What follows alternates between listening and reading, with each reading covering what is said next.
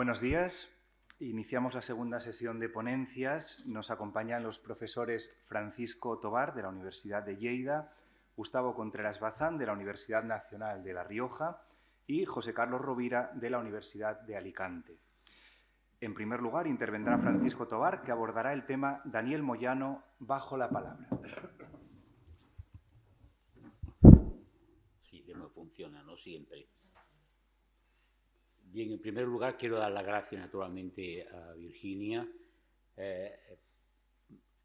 por amistad y con respeto.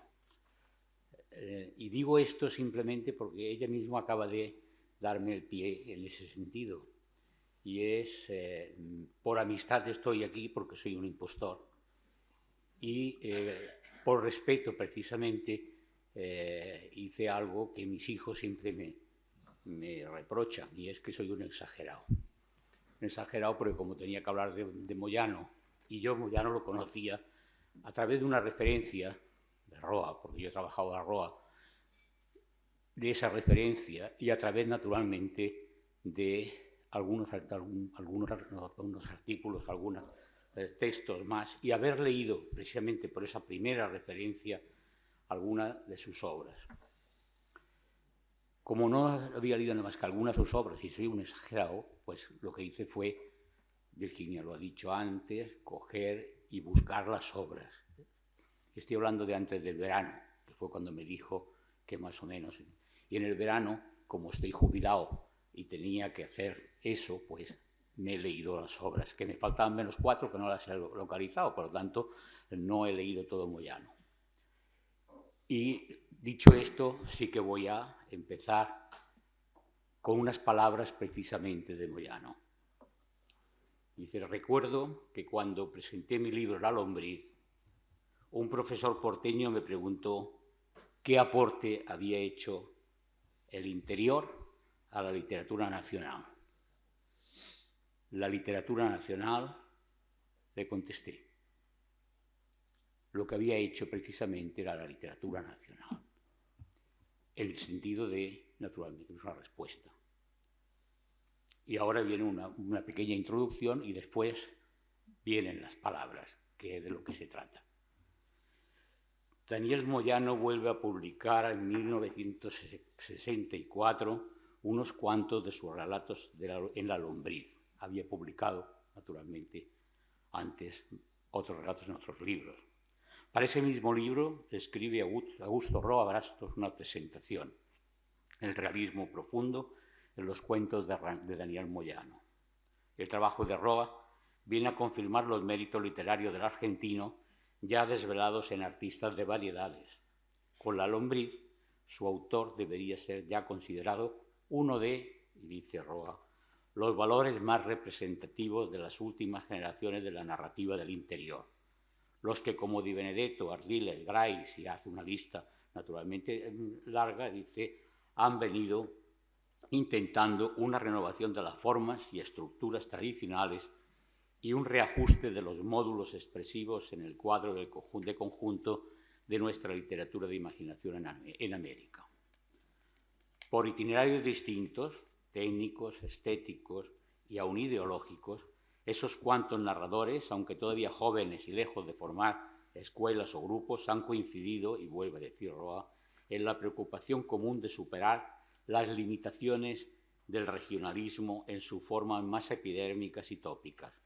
Bajo el signo de una conciencia crítica y artística muy aguda, se empeñan en ahondar en los valores de su singularidad y trascenderlos a una dimensión más universal, en lograr, en suma, una imagen del individuo y de la colectividad frente a sus propias circunstancias, lo más completa y comprometida posible con la totalidad y la experiencia vital y espiritual del hombre de nuestro tiempo. Y acabo la introducción con estas palabras de Roa. Y ahora empiezo por una voz, la segunda voz, que es la que interpreta, que es justamente el prólogo o el prefacio, la presentación de Roa a La lombriz. Habla Roa con La lombriz, Moyano vuelve a sorprender por la madurez de su talento. Dice vuelve, lo que significa que ya ha leído la obra anterior. y por la seguridad de su oficio, rasgos necesarios para forjar una escritura que muestra el nativo instinto de un narrador, marcando las distancias respecto a un ejercicio literario canónicamente modulado. La escritura del argentino esgrime propias reglas de actuación. Bien, les advierto algo, y es dentro de los párrafos que voy a leerle, salvo que no sea una cita larga, no, naturalmente, estoy mezclando lo que dice Moyano en entre comillas y lo que son palabras de Moyano. Me estoy refiriendo a esa voz, perdón, de Moyano, de Roa. Se estoy hablando de esa voz, la segunda voz, que es la de Roa. Dice, las reglas de actuación. En sus imperfecciones, dice Roa, en sus descuidos formales que parecieran consentidos para quebrar deliberadamente la concentración de un estilo cuya eficiencia mayor reside en su economía expresiva, en su intencionalidad más que en su relieve externo.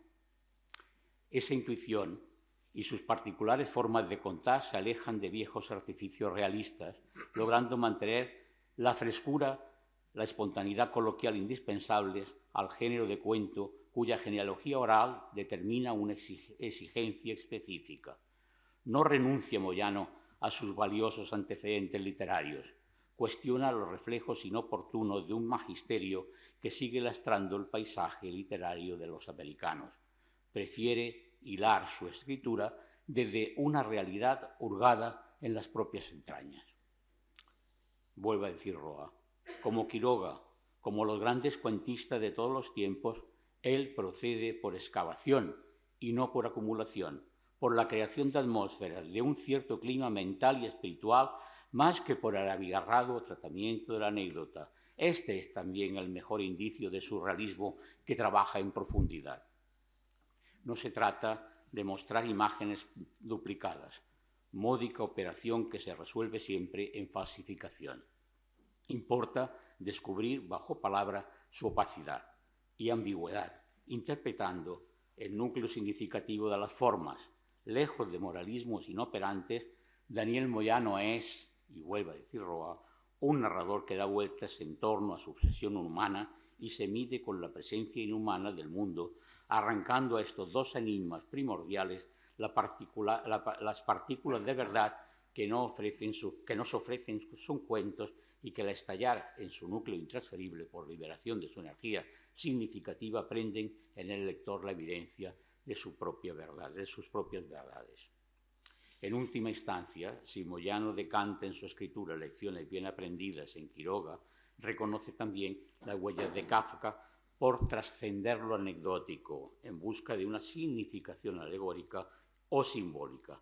Recuerda igualmente consejos de Pavese como narrador, ha de construir los sucesos siguiendo el ritmo intelectual que los transforma en símbolos de una realidad dada. Por eso, narrar en modo alguno está constituido por realismo psicológico ni por naturalismo, sino que consiste en un diseño autónomo de acontecimientos creados según un estilo que es la realidad de quien relata único personaje insustituible. El duelo que Moyano libra desde la escritura pulsa experiencias y hurga en los recuerdos, cuenta historias e interpreta símbolos.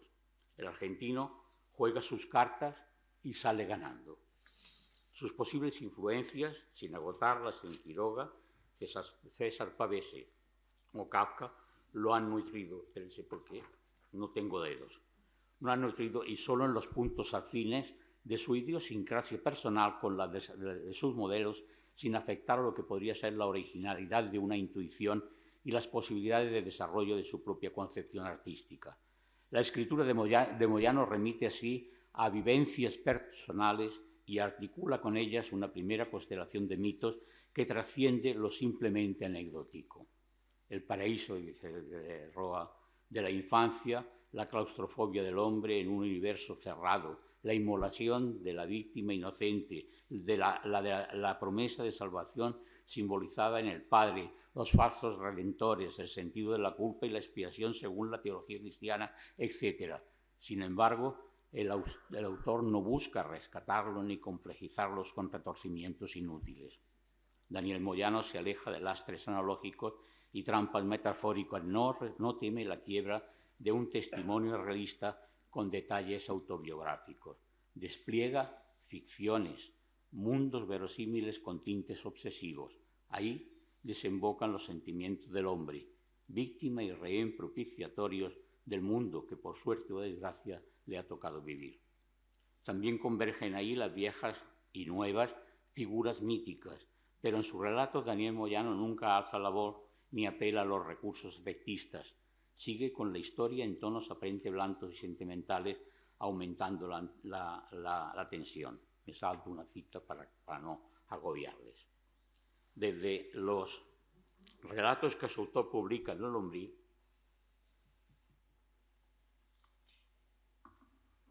van mostrándose hechos abstractos y concretos en su escueta objetividad, y poco a poco esa misma realidad se contempla desde otros ángulos de visión.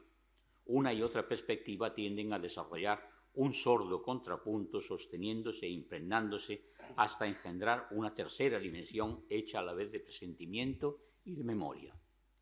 La realidad, ese complejo real e imaginario la ralentiza el tiempo, deteniéndolo finalmente. La realidad que ahora cuenta no es una evocación, se transforma en una reflexión sobre lo pasado, fraguando sucesivas descomposiciones y modificaciones, acuñando símbolos en favor de una realidad presente.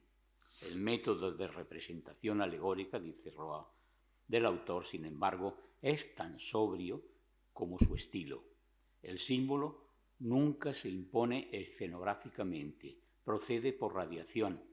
Esto es lo que confiere su mayor fuerza de sugerencia al contrapunto entre mito y realidad, un contrapunto que se hace aún más desesperante por la lentitud con que incuba sus encrucijadas y sus paroxismos desprovistos de violencia, no henchidos más que de amenazas que solo un ojo, una sangre visionaria, los del protagonista y los relatos, pueden vislumbrar y padecerlas por anticipado.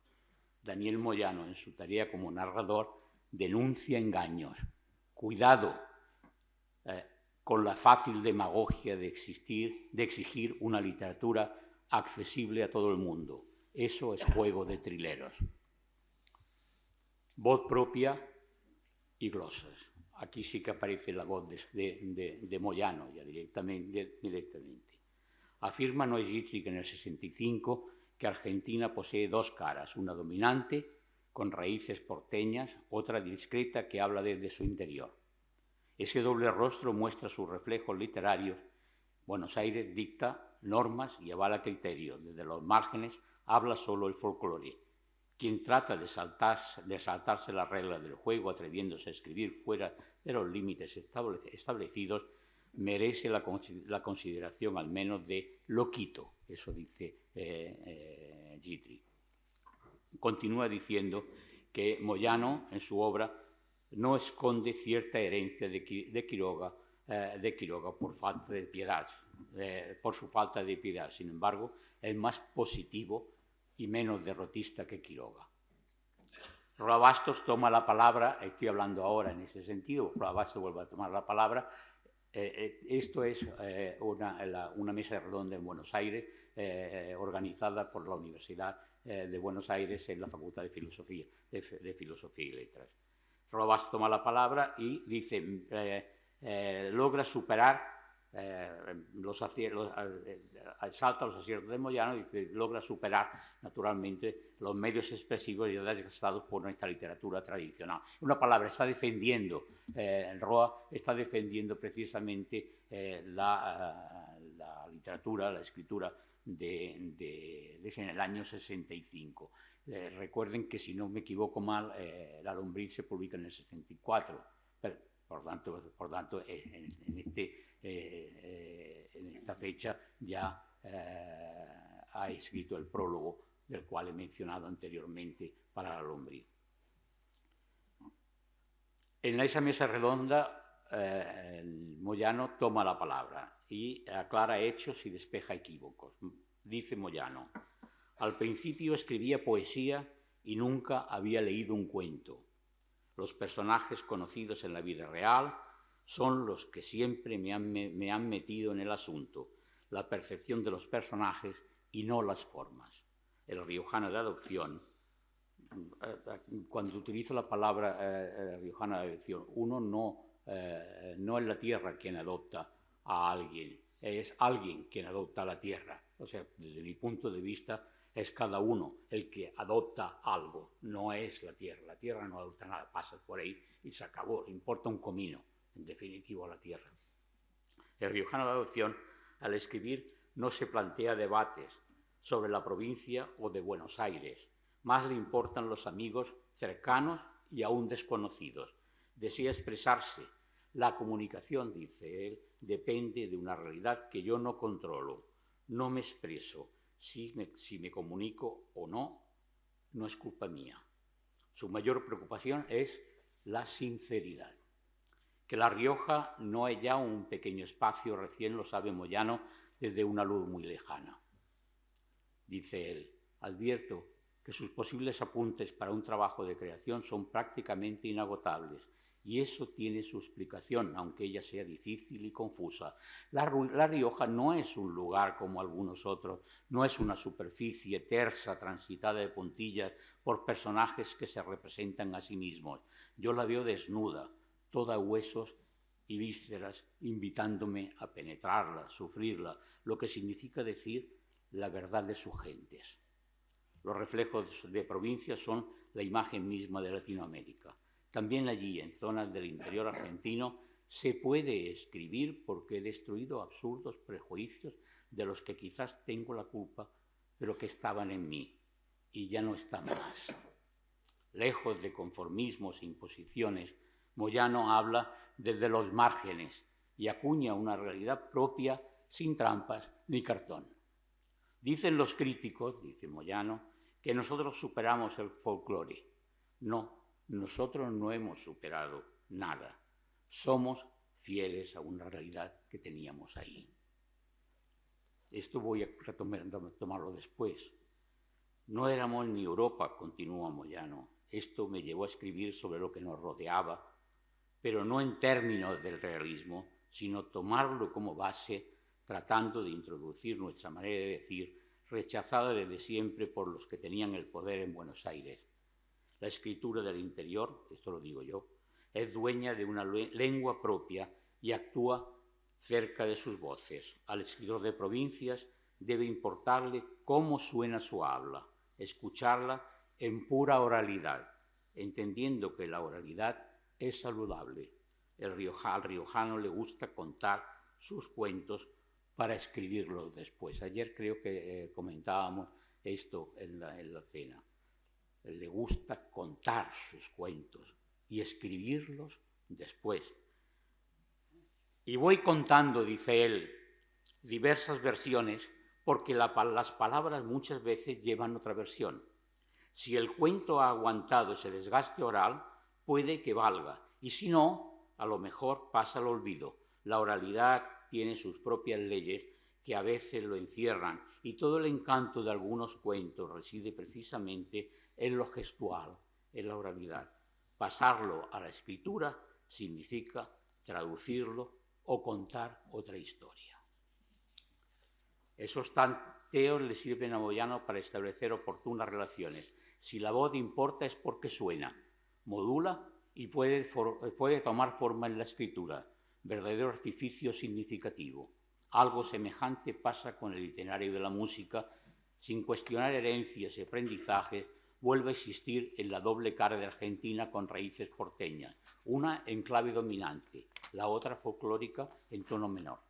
De un solo cuerpo ambas. Buscar secretos en la propia tierra no es un despropósito. Bien, hay un momento en que él está diciendo, hay la anécdota de que hay una cancioncilla que aparece allá y que es folclórica, y resulta que esta cancioncilla, si lo toca un buen músico, naturalmente, y bien interpretada, resulta que ya no es folclórica. Sí. Bien, hay toda una referencia para ir rápido, porque me interesa más el final, naturalmente, en el sentido de que las palabras. Hay toda una parte de la música. Él, naturalmente, lo que está diciendo es Cuando se escribe me importan las palabras, naturalmente, porque son la oralidad lo que cuenta. Me importa la musicalidad de esa palabra y la gestualidad. Pero también esto pasa en la música, y la música tiene ese mismo juego. La música se escucha, naturalmente, y lo que cuenta es eso. Pero cuidado, porque resulta que a mí lo que me interesa de la música en la literatura no es la literatura, sino la estructura, cómo se estructura un texto. Y esa estructura es la que a mí me interesa que conste dentro de la obra, desde el punto de vista musical. Bien, me voy a saltar absolutamente todo porque, porque es todo corresponde. Sí que me voy a parar en un momento que habla de Kafka, se ha mencionado aquí. Dice, así como la obra literaria de Moyano habla de una realidad entrañable, suena en clave propia, desvela miedos y responde a obsesiones particulares. A distancia no le faltan cómplices, Kafka y Pavese. Dice, pero tampoco sigue Rodelas. Borges y Cortázar no le interesan, pero le interesan en otro nivel. Y se descarta una férrea simpatía por Rulfo. Dice sobre Kafka, que es reiterativo, se ha mencionado aquí. Kafka me conmueve. Yo empiezo a entender al mundo a través de Kafka. No literalmente, cuidado. A mí Kafka me enseñó a vivir, me enseñó a explicarme cosas. De algún modo, afirma, sin Kafka a lo mejor nunca hubiera escrito. Bien, lo que me interesa es, en definitiva, es por qué la palabra de la segunda voz, habla de Moyano y por qué Moyano, en definitiva, escribe su literatura. Y mi tesis, lo que yo planteo es el hecho de que hay algo más entre Roa y Moyano. Aquí sí que entro yo, que es una coda final en otra voz, que es la tercera. Ahí ya. Cuando Augusto Rabasto decidió escribir La presentación de la lombriz, el paraguayo era un asunceño criado en Iturbe y, como tantos, vivía desde 1947 su exilio en Buenos Aires. Ya demuestra Roa que había leído a Moyano en Artista de Variedades y El Rescate, que lo seguía en cada uno de sus pasos y desde tiempo atrás, que valoraba sus méritos literarios hasta considerarlo un autor de provincias imprescindible porque ha superado engaños y elude trampas y dictados en clave porteña.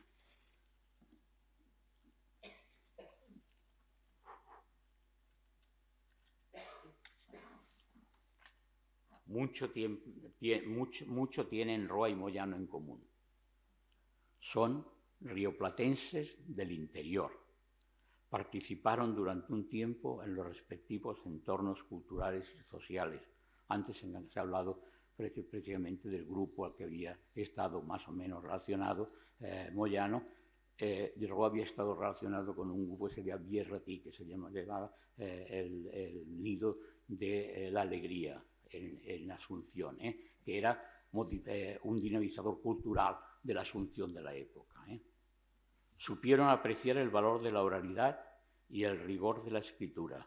Gustaban de la música en cualquiera de sus registros, culto y popular. Vivieron en tránsito, sufrieron también sus exilios. Dijeron que por ideología, recuerden que Moyano, cuando habla de ideología, dice mi ideología, pues me dijeron que era por ideología cuando lo cogieron preso. Me dijeron que era por ideología, pero mi ideología es la lengua. Por lo tanto, es otra historia, el elemento ideológico.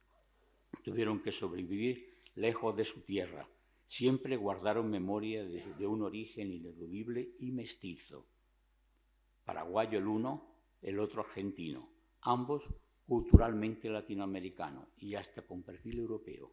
Sin embargo, Augusto Roa Bastos pudo regresar y en Asunción le asaltó la muerte.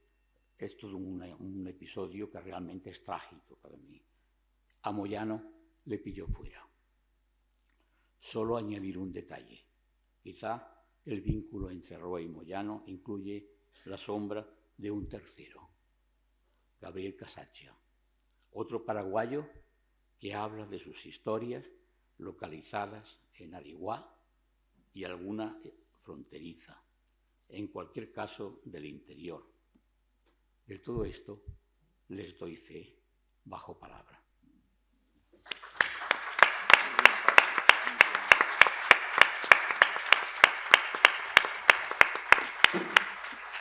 Muchas gracias, Francisco Tobar. A continuación, Gustavo Contreras Bazán, de la Universidad Nacional de La Rioja, impartirá la comunicación La construcción simbólica de lo masculino y lo femenino en 3 golpes de timbal de Daniel Moyano.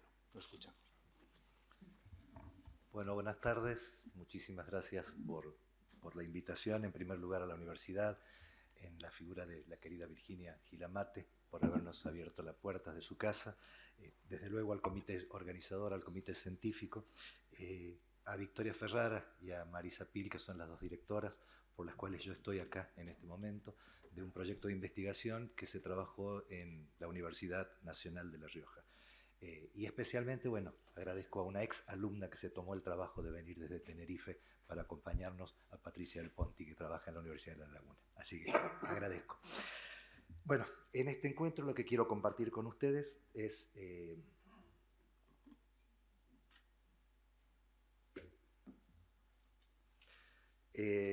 los resultados de una investigación realizada, Figuraciones del imaginario femenino en la narrativa de Daniel Moyano, que se trabajó a partir del año 2018 en la Universidad Nacional de La Rioja, como dije recién, y que fui generosamente invitado por sus directoras, a quienes acabo de nombrar.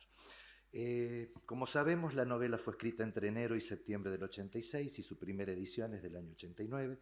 Según el propio Moyano, tal como se lo relata en una entrevista a Carlos Mamonde y Alejandro Smith, le llevó más de 20 años escribirla. Cuando dejó la música y se dedicó totalmente a las palabras, descubrió que la música era verdad y la literatura no. Él mismo nos lo dice, y prestemos especial atención a esto: la música está en la naturaleza porque obedece a leyes físicas y las palabras son invenciones nuestras. Entonces, hasta que una cosa a mí no me suena como una melodía, con sus acompañamientos y con sus variaciones, no la puedo escribir. Fin de la cita. Entonces, estos 2 términos son los que empecé, desde acá partió mi hipótesis de trabajo, de investigación, en la búsqueda. Bueno, cuando él habla de naturaleza, ¿no?, y las palabras que son invenciones nuestras, ahí eso empezó a darme vuelta por la cabeza.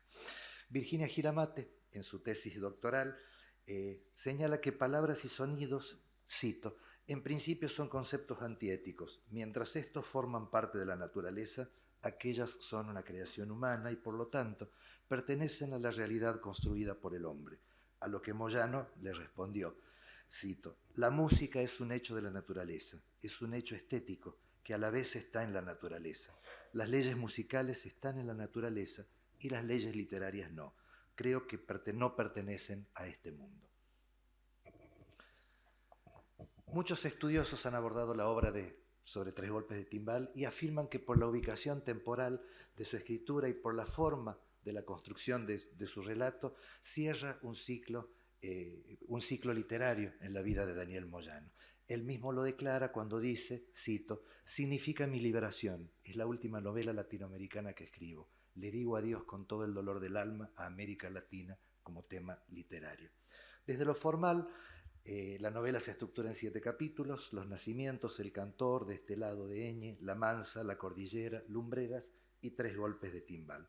La historia, que comienza en Lumbreras, cuenta un exterminio en el que se salva una mujer embarazada y está construida a partir de 2 relatos paralelos, donde uno está incluido en el otro. Un escritor sin nombre escribe una historia en la que transcurre el segundo relato dentro del principal.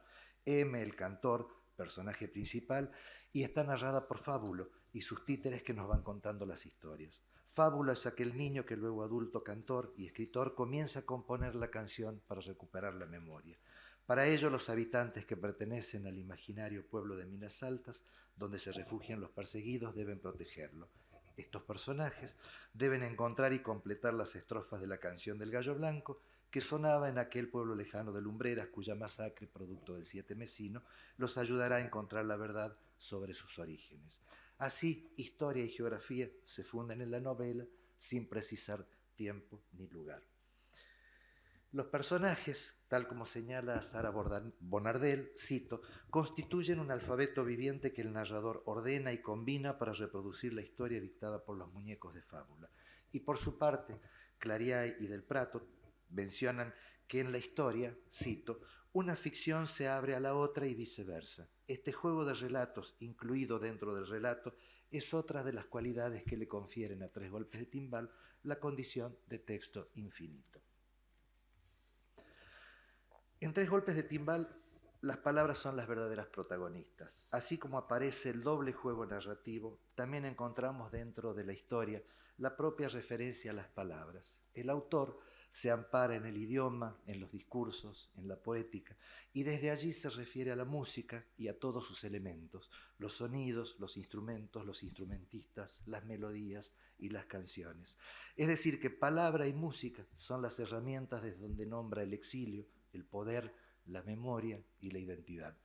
Con estos elementos construye historias paralelas en los mundos posibles que aparecen en cada personaje y juega con los bordes, algunos simbólicos como los de la muerte, el olvido, el poder y los límites de la realidad, y otros bordes reales como las márgenes del río, de la casa, de los cuadros, los bordes del papel, de las crecientes, del mar o de la cordillera.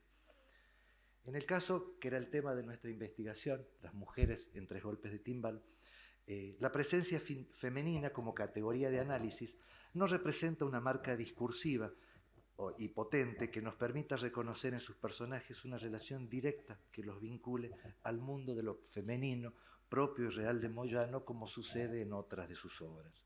Tampoco podemos ubicarla dentro de categorías políticas que ayuden a construir una noción de mujer en esta historia.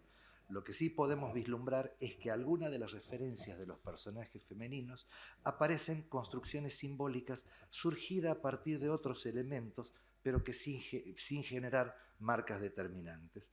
De todas maneras, y en algunas participaciones aparecen significativamente asociadas a dos elementos, a la cultura y a la naturaleza. Destacamos que si bien la sociedad en la que aparece la novela, las mujeres no se encuentran sumidas por completo a un sistema patriarcal, los roles masculinos y femeninos sí se encuentran en cierta manera delimitados por normas invisibles, que nos permiten hacer otras interpretaciones.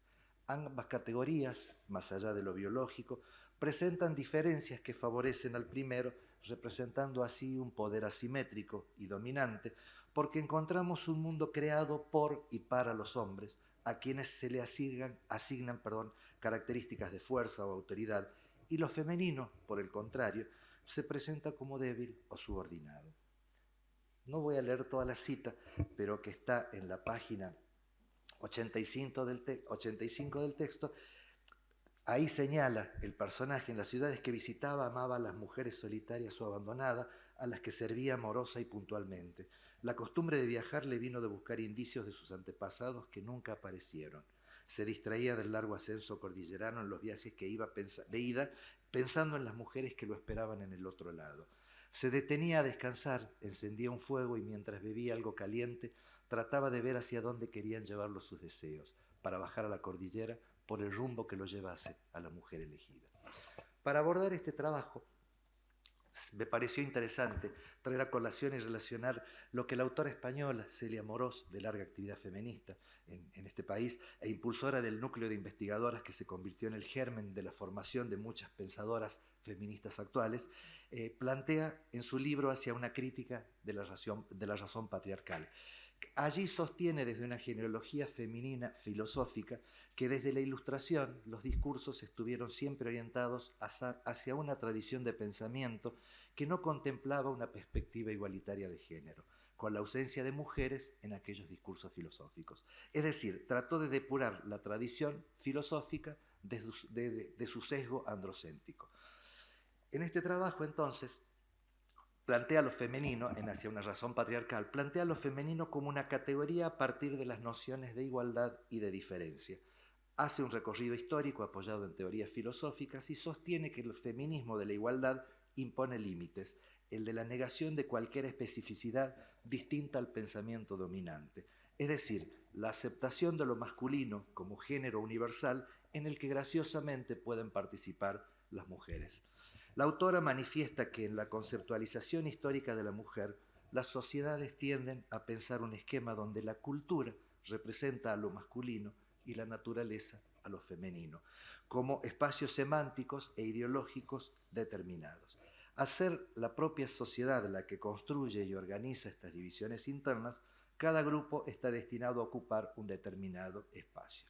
Y nos dice la autora: partimos de la hipótesis de Levi-Strauss de que la mujer es por doquier naturaleza, en el sentido de que parece haber una constante ideológica según la cual las sociedades tienden a pensar sus propias divisiones internas, intrasociales e intraculturales, mediante el esquema conceptual que separa, por contraposición, a la cultura de la naturaleza.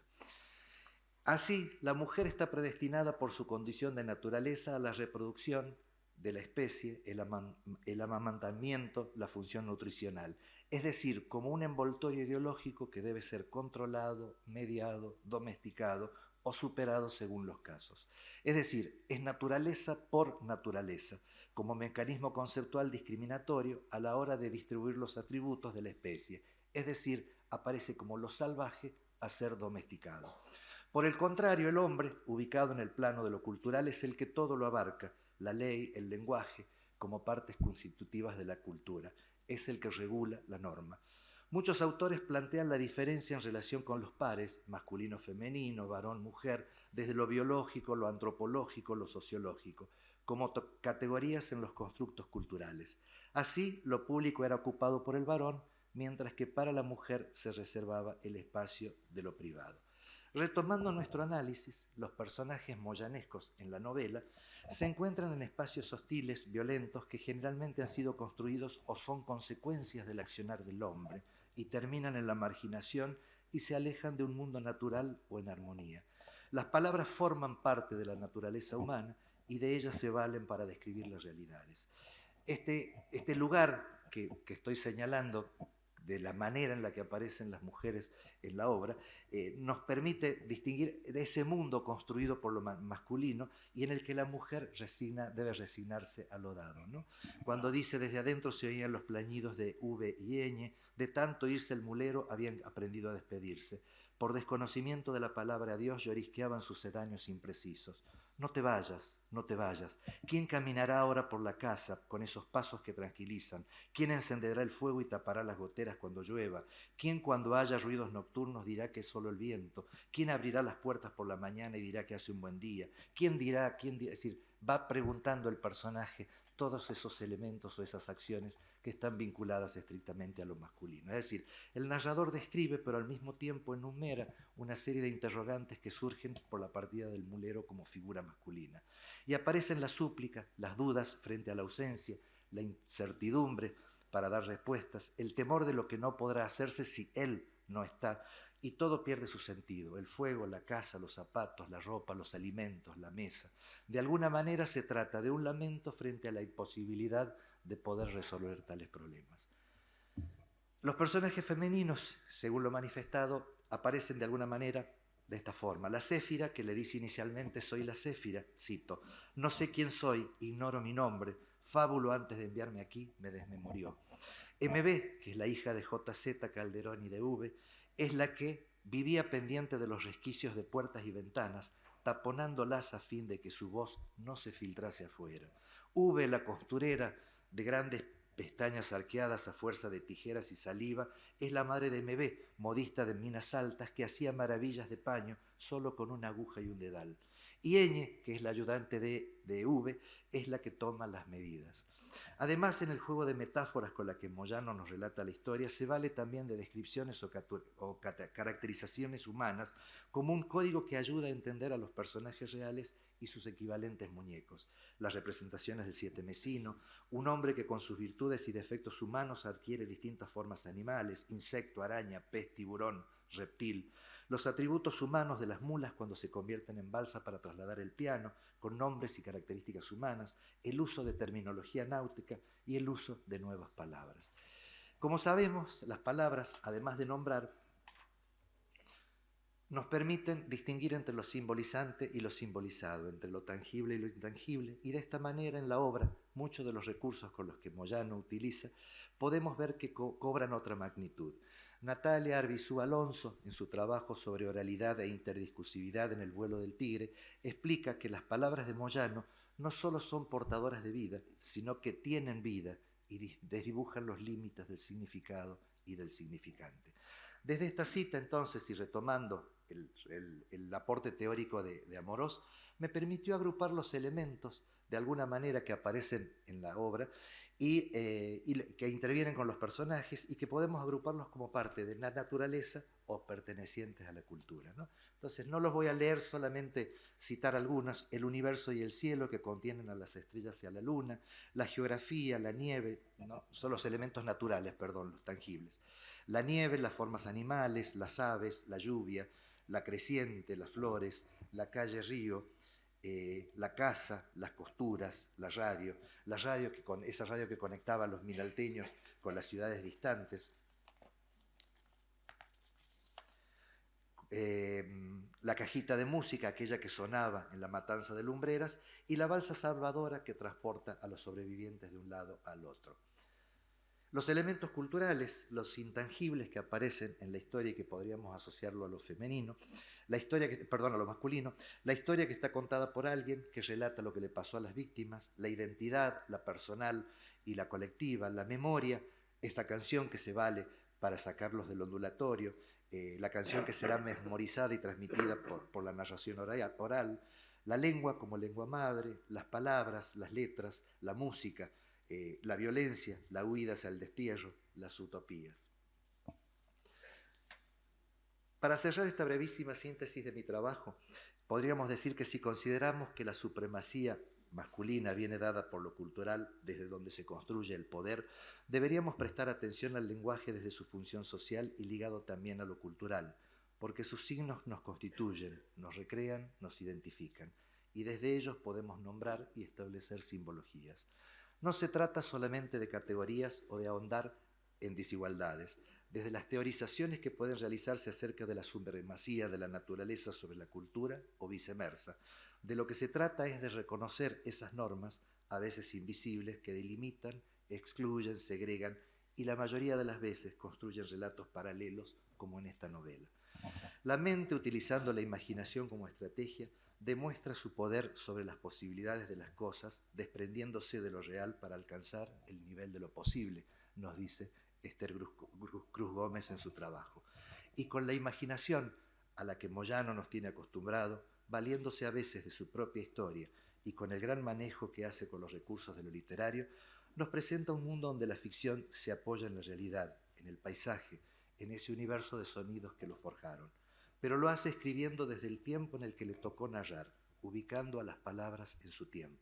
Un tiempo en el que las diferencias no eran tomadas como posibles, permitiéndose tanto él como sus personajes, y más allá de cuestiones de género, poder contarnos una maravillosa historia. Muchísimas gracias.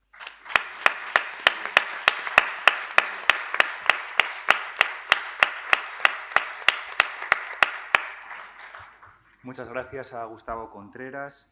Y a continuación, José Carlos Rovira, de la Universidad de Alicante, abordará el tema la poesía de Daniel Moyano, la memoria, lo cotidiano y el tango. Bien, buenos días. En primer lugar, decirles que me puse a deberes hace meses, junto a unos materiales, Virginia Gil, y ustedes, los estudiantes saben que decirle que no es imposible. Además, me invitó a venir y, como ella sabe, si ella me dice ven, lo dejo todo. La historia es que he tenido una experiencia doble con el archivo que me puso delante. Primero fue una experiencia que ayer me confirmaba, por una parte, Ricardo Moyano, que es que Daniel Moyano su padre no le dio importancia a la poesía, que era muchas veces desahogo, que era muchas veces, pienso además que hay dos épocas muy claras. La primera época, donde Moyano está creando, y he tenido luego sorpresas sobre esa creación, que son 136 hojas, folios sobre todo, con una parte mayor mecanográfica y una parte de manuscritos. Pues bien, he tenido sorpresas, pero, como diré al final, pero al mismo tiempo lo que he tenido es la sensación de que hay un impulso inicial fuerte con la poesía, publica incluso varios poemas, y luego hay un impulso atenuado por circunstancias en el exilio totalmente diferente, ¿no? Y esas circunstancias, no voy a trazarlas porque lo conocemos todos, cuáles fueron las dificultades para escribir, para trabajar de Daniel Moyano. Creo que la escritura poética de Daniel Moyano es, en todo caso, y eso parece indudable, marginal en relación a su escritura principal, que son sus novelas y relatos. Y creo, además, que yo, en ese sentido, yo me he dedicado durante un tiempo a trabajar sobre archivos de algunos escritores y, bueno, pues en ese trabajo sobre archivos de algunos escritores muy diferentes en trayectorias o próximos en unas cosas, lo que voy buscando, inicialmente lo que hago es perderme en el archivo, perderme cuando es un material desconocido, saltar incluso hojas cuando empiezo a leer. Hay pocos conjuntos organizados en esas 136 hojas. Voy buscando líneas que me puedan servir para organizar lo que estoy leyendo.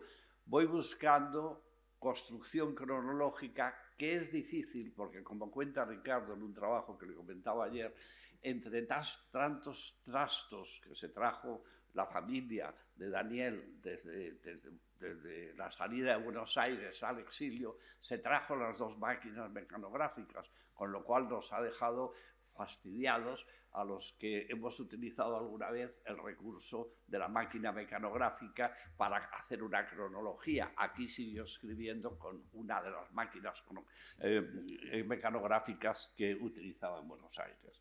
Si me pierdo mucho, háganme una señal, porque a veces me pierdo y ustedes deben estar ya bastante cansados por el día. Encontré alguna línea inicial. Iré leyendo algunos fragmentos, saltaré páginas, porque si no leo me pierdo, y si me pierdo nos perdemos todos y perdemos ya la mañana.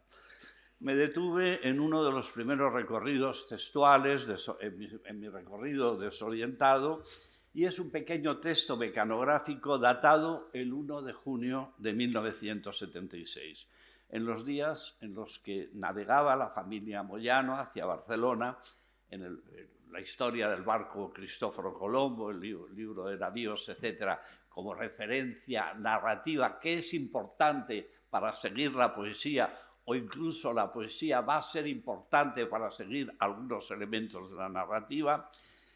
Es el viaje tras la detención de marzo, su partida del 24 de mayo de 1976.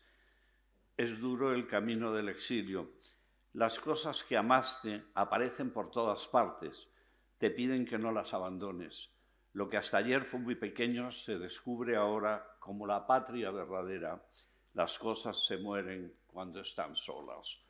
Esta es una referencia poética que va a ser importante también en Las cosas se mueren cuando están solas. Más que un poema, es un apunte en algunas frases situadas en su escritura. Nos dice en un momento en el que además aquí sí que hay una datación precisa y un posicionamiento preciso, cuando está pasando el Ecuador. No hace falta decir, lo he dicho ya, que este tipo de notas, a veces más que de poesía, y en un archivo vamos buscando eso también, nos permiten hablar de sensaciones establecidas, en este caso en el viaje. Creo que esta nota marca además un antes y un después en los textos poéticos a los que me referiré.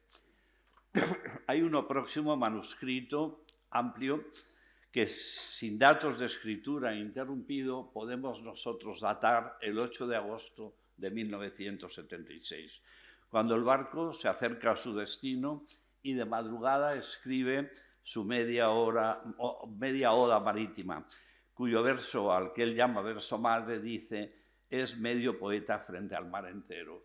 Les puedo citar luego los juegos que establece con medio poeta o poeta medio de mediado, que es un juego que va a establecer varias veces con que es quien escribe medios poemas. Allí hay un contenido inicial de una casa, habla de una casa con mascarones de proa, bitácoras, astrolabios, brújulas, enciclopedias, libros de descubrimientos y naufragios, y de pronto una sensación interrumpe contenidos. Veo amanecer el mar en Masnou, oyendo la respiración de Barcelona que despierta a mi derecha, recordándome de paso que esto se llama olvido, palabra que prefiero a la palabra exilio. De hecho, la palabra olvido, el verso recordándome de paso que esto se llama olvido, está escrito sobre la palabra exilio y quizás sea el sentido principal del texto. Sin embargo, como sabemos, como decía siempre su amigo Mario Benedetti, que sí que fue un conocimiento al menos bastante extenso por mi parte, el olvido es imposible. El 30 de agosto de 1976, afincado ya en Madrid, escribe una pequeña evocación de La Rioja que me parece importantísimo, que da título al poema. Allá estás, intacta bajo el sol, ciudad pequeña temblorosa de vida, nunca sabrás que estuve en ti, que te modifiqué un poco con mis manos. Y sigue narrando que allí dejó una casa y una tumba, que aún mantiene recuerdos, pero que la ciudad no es que le haya olvidado a él, sino que la ciudad no sabe su nombre, y anota que las horas y estaciones son distintas en aquella ciudad y donde está, pero afirma momentos de coincidencia cuando de noche enciende sus lámparas, cuando la luz viaja en el universo. Una luz nos dice que no llora, una luz que no habla. Yo voy a convertir en los fragmentos que voy a referirme a veces los versos en un relato, el relato que establecen los versos, precisamente por el carácter narrativo de su poesía y extenso a veces, me lleva a sintetizar con una prosificación. Aunque leeré algún fragmento que me parece muy importante, o algún poema incluso. La ciudad, por otra parte, es un tema frecuente y ya lo hemos visto en esta contraposición de La Rioja y la ciudad. Recuerdo que mi primer trabajo al que me obligó Virginia Gil fue un trabajo sobre la ciudad en Moyano hace bastantes años, ¿no? Un tema que me interesa. Ahora, en los fragmentos poéticos me surge la contraposición a la ciudad abandonada, La Rioja, con un término que aparece muchas veces, que es ciudades del exilio, que dan forma a una serie de textos como 1 de junio de 1977, menos mal que Moyano databa a veces, porque si no uno va muy perdido, cuando evoca las ciudades con un título concreto, Ciudades del exilio, que ya digo que va a ser un motivo referente en varios poemas. Estas ciudades del exilio son altas, resplandecientes, pero nos dice de balcones muertos y mujeres desconocidas que ondean en el humo, para determinar un profundo pesimismo que rodea el nacimiento con ciudades, que rodea el encuentro con ciudades olvidadas bajo la lluvia, porque nos dice: vendrán la bondadosa amistad y palabras sin cosas, vendrán los rostros sin amor, vendrá la conmiseración y el desprecio, vienen las imágenes del recuerdo, que es una forma de olvidar, de decir sí a todo, de quedarse sin palabras, sin sonidos, sin mañana, sin ayeres, ya lo sé. Es el pesimismo del exiliado ante la nueva realidad. En otro texto de junio de 1977, concebido casi como un discurso público, inicia precisamente con la palabra señores, acumula sensaciones negativas que desconocía. Como dice, no sabía que nuestra herencia es el viento, que la memoria es olvido puro. Junto a la constatación de que contigo morirá todo, o la inexistencia de la patria, o la imposibilidad de ver la mayor parte de las cosas, o que las palabras son una despedida para siempre, con lo que nos conduce a la constatación definitiva en dos versos. No sabía que habíamos empezado a morir. en esta tierra a veces amorosa. Y en esa tierra a veces amorosa tacha acaso deslumbrante. Es un juego psicológico con la palabra amorosa, deslumbrante, que establece en estas tachaduras, creo que Moyano establecía un juego emocional sobre lo que está escribiendo o desahogándose.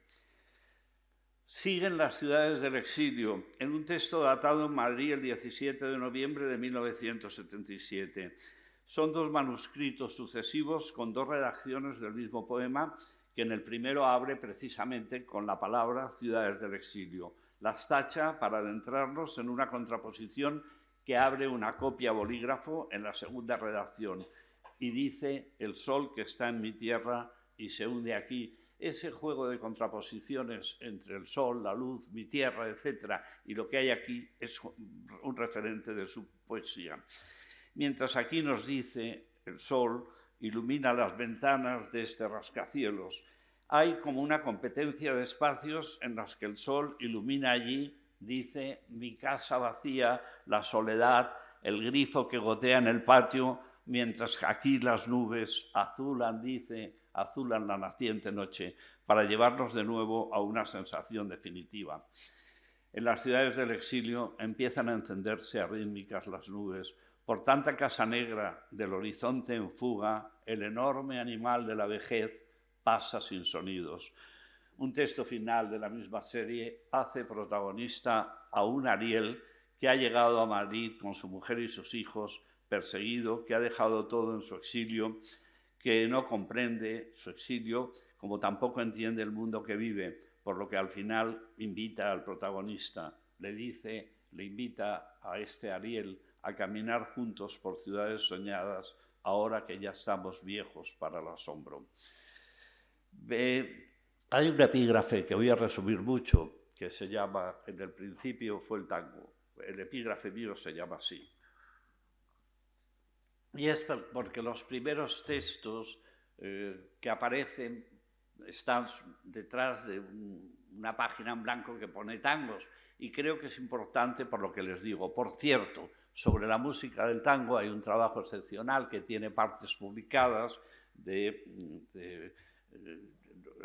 por favor, estoy yo, de Ferran Riesgo, que está ahí, pero es que a veces se me vaya la cabeza, es su tesis doctoral y entonces es sobre la música, es decir, la diferencia principal es que él ha hablado de la música y la narratividad entre Lisberto Hernández y Daniel Moyano. Ha publicado parte de Daniel Moyano, pero me parece, aunque había algunos estudios sobre la música en Moyano, también por su condición de músico, creo que este trabajo supera muchísimo y es importante que aparezca pronto. Ferran, tienes que ver cómo se hace eso. Bien, los primeros... mi reflexión, la diferencia es que es sobre las letras de tango, porque de música, vamos, entiendo lo que no sé de qué.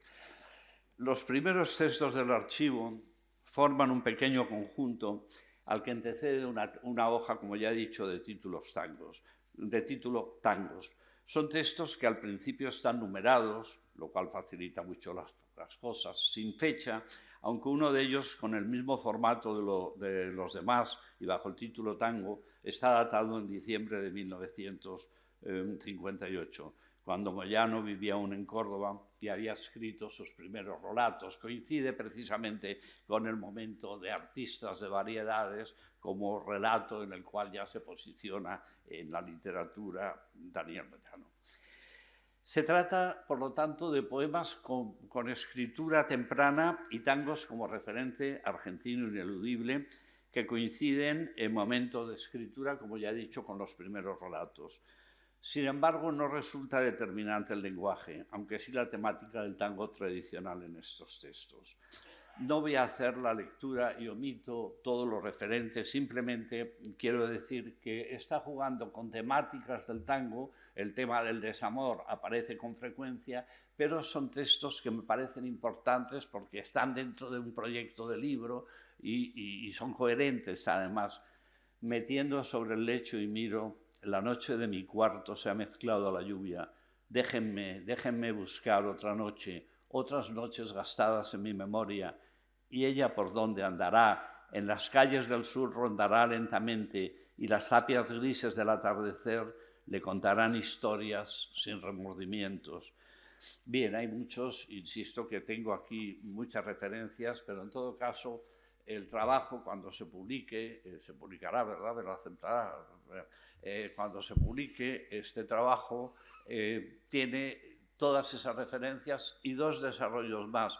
La importancia del tango en la música, Ferran Riesgo, pero la importancia del tango como referencia narrativa, que también Ferran Riesgo ha tratado muy bien, pero que Virginia ya nos dio claves, incluso a mí me apuntó, hombre, lee otra vez el libro de Larios y Barrasca, si vuelve a volver, o date, o bueno, concretamente, ¿en dónde estás con tus ojos celestes? El capítulo 11, ese momento dramático de la carta al padre, el asesinato de la madre, etcétera. La referencia del tango es esencial como referencia para construir la figura de la madre y el drama que se ha vivido en esa familia, que ha vivido él a los 7 años, etcétera, etcétera. Hay otro tema importante, bueno, Virginia me ha dado papeles, te confieso que ha sido ella, es decir, porque si no yo aquí no estaría diciendo nada, vamos, algo diría, lo que les voy a decir al final. Claro, son papeles, por ejemplo, de su relación con Mario Benedetti, donde Daniel apunta, pues, por ejemplo, hemos discutido sobre por qué el Puma tiene esa imagen, varias cosas que en todo caso me gustará que aparezcan de alguna forma. También la prosificación de tangos. Hay un trabajo precioso de Daniel donde prosifica una serie de tangos conocidos. Prosifica, no, era un proyecto. Da párrafos de lo que pretende hacer para crear la circunstancia que se está narrando en ese tango. Terminaré con el comentario, un poema que sí, que me parece un poema que me ha conmovido en todos los sentidos, y que, bueno, por otro lado diré, porque algunos especialistas apoyaron no lo saben, que el poema es, lo vamos a ver enseguida, el cuaderno de tapas duras, que está publicado en la página que hizo Virginia Gil en la Biblioteca Virtual Cervantes y que me parece un poema bellísimo en todos los planteamientos de ese mismo poema. Pues bien, realmente me llamó la atención hace años lo que considero la mejor novela de Daniel Moyano, antes, la escrita última antes del exilio, que es El Trino del Diablo, que por cierto me regaló José Luis Roca hace muchos años, aquí creo que era la primera edición del Trino del Diablo. En un fragmento de ella, el protagonista, en esos momentos bellísimos de su flotación metafórica en Buenos Aires, la ciudad que desconoce, en su imposibilidad de irse o permanecer en ella, en su lucha por los sonidos musicales frente a las palabras que no comprende, en su deseo de mantener esperanzas que tampoco sabe muy bien cuáles son, en la improbable nostalgia por su tierra que nos dice que no podía aflorar oculta por el recuerdo de la pobreza, la mortalidad infantil, el saqueo policial de su casa que hace que sus padres desaparecieran. En esas circunstancias dice, y es este párrafo el que me abre el comentario del cuaderno de tapas duras, que está, por lo tanto, escrito en el 74, aunque está escrito en Madrid el cuaderno de tapas duras, el poema, sin embargo, dice, sintiendo que sus raíces triclinio vacilaban, apelaba a la infancia, a ver si hallaba una patria por allí. Y allí encontraba, dibujados en el cuaderno de tapas duras, el cabildo mucho más grande que el de la realidad, la pirámide de Mayo, igual de pequeña aquí que en el cuaderno, la casa rosada, que nunca había dibujado, pero que ocupaba un lugar en sus recuerdos infantiles. Y todo parecía una simple ilustración, una página de Billiken, un poema patriotero. Bueno, pues yo creo que este es el material narrativo inicial del cuaderno de tapas duras. Hay además en el archivo 2 versiones diferentes del cuaderno de tapas duras. Una versión en el archivo, por cierto, eso me va a permitir decirle a Virginia que, bueno, que hay que corregirlo rápidamente porque el poema El visitante está publicado a la mitad, pero la culpa no la tiene Virginia, la culpa está en que se publicó a la mitad en algún sitio y el poema es el doble de extensión según el archivo, que, bueno, en fin, es muy mal de tiempo. Bien, yo creo que hay un juego. En el poema, en el cuaderno de tapas duras, lo que me importa es que hay un juego conjetural, pero no sobre la poética conjetural, sino que hay un juego explícito con el poema conjetural de Borges. Por ejemplo, el poema parte del recuerdo, ya digo que las tres versiones son diferentes, de la alegría de una morocha en la que creyó un 25 de mayo, lo que hace una referencia histórica resuelta por las escarapelas conmemorativas de Franchi Beruti, una referencia personal y otra histórica, abriendo un poema en el que la imagen de aquella mujer tocada con un corro frigio es evocada a través del cuaderno, precisamente un cuaderno de la marca Rivadavia, tan frecuente, es verdad, en Argentina, en donde él pintó muchas veces esas imágenes. El cuaderno se ha perdido y con él sus 200 hojas abiertas por una lámina de Francisco Narciso Laprida. También su nombre escrito por la maestra, el nombre de Francisco Narciso Laprida. Y con sus pinturas realizadas con lápices Faber, una pintura del sol argentino, otra del Cabildo, está recogiendo lo que ya Triclinio en el Trino del Diablo se ha planteado, esos monumentos históricos que están pintados en el cuaderno. También estaba pintada en el cuaderno la casa de Tucumán, en la que se proclamó la independencia. No cuento, porque lo pueden leer rápidamente en la página de la Cervantes virtual, todo lo que está. Y sin embargo aparece en un momento, aparecen una serie de nombres de pueblos de La Rioja, Anjuyol, Ambil, Ñoquebe, Ubdiblango, Tucum, pueblos cuyos nombres pronunciados en España hacen que los españoles lo miren y piensen que dice que son bichos subidos del zoológico. En la copia mecanográfica aparecen que son animales remotos escapados de la conquista. Y de pronto aparece Olta, que ha tenido ya varias referencias hoy, de Teodosio, de Virginia también me parece. Bueno, sí, varias, ahora me he ido todo. Y a partir de ahí sitúa en Olta la historia de Javier también, que ha sido Javier el que ha hablado. Javier Navascués ha sido el que ha hablado de Olta. Yo me pierdo a veces. Aparece la historia familiar. Olta, que es el pueblo de mis antepasados, y nos habla de la atracción por una india del primer Moyano. Ha hecho referencia ahí Teodosio, si no me acuerdo mal, vamos, creo... No, Javier también, creo, ¿no? Bueno, pues ya. Bueno, da lo mismo, perdón, no voy a terminar, o sea, córtame cuando quieras, porque yo también, bueno, vamos a ver, dice, y de pronto el juego con la historia familiar lleva a ese juego que varía las 3 veces partiendo de la idea inicial.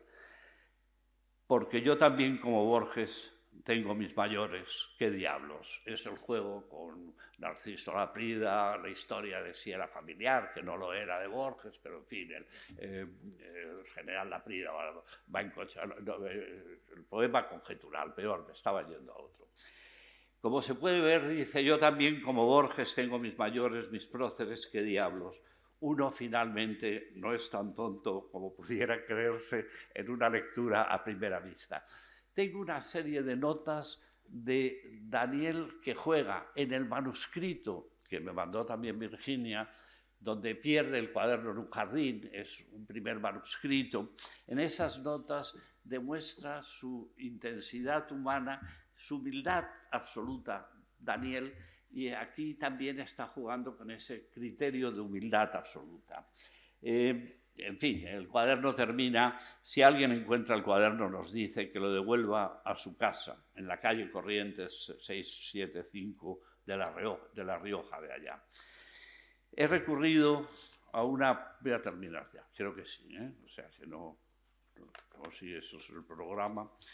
He recurrido a una paráfrasis reductiva porque es un texto amplio, un recorrido por la memoria a través de una sintaxis narrativa, como ya he dicho, en la que van apareciendo 2 temas principales.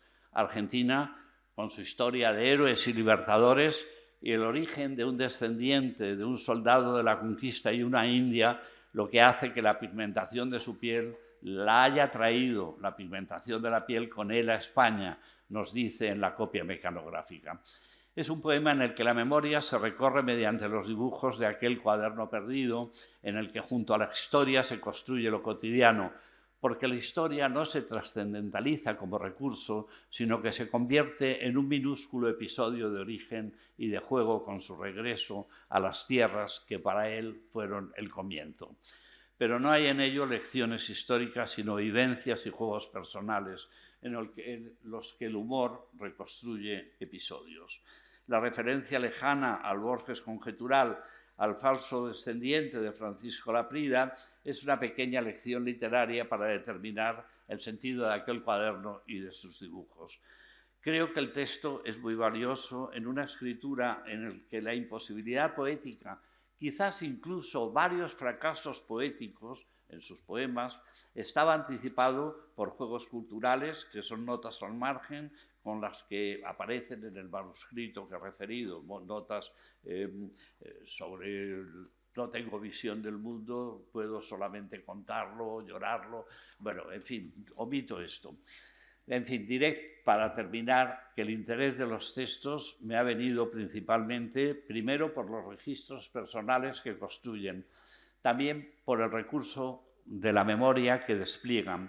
Escribí en un día cercano, con los poemas delante, que en Moyano prevaleció el narrador, y yo en los textos a los que me he acercado he recurrido, como ya he dicho, a prosificar parcialmente los poemas por la extensión y por el carácter narrativo de una parte de los mismos en los que me he centrado. Pero modifico ahora esta apreciación. Hay, por ejemplo, un libro entero que no he tratado porque no es tiempo, ni lo he preparado el libro, pero en fin, que se iba a llamar Los himnos. Es un libro que he releído con nuevo interés y es un libro de coherencia absoluta, es también de la etapa de La Rioja. Hay proyectos, hay poemas de amor, hay sensaciones y marcas de vida que se van extendiendo en diferentes textos. En fin, lamento haber contado solo una parte, que no sé si les ha interesado, pero otra vez contaré más de alguna forma. Gracias.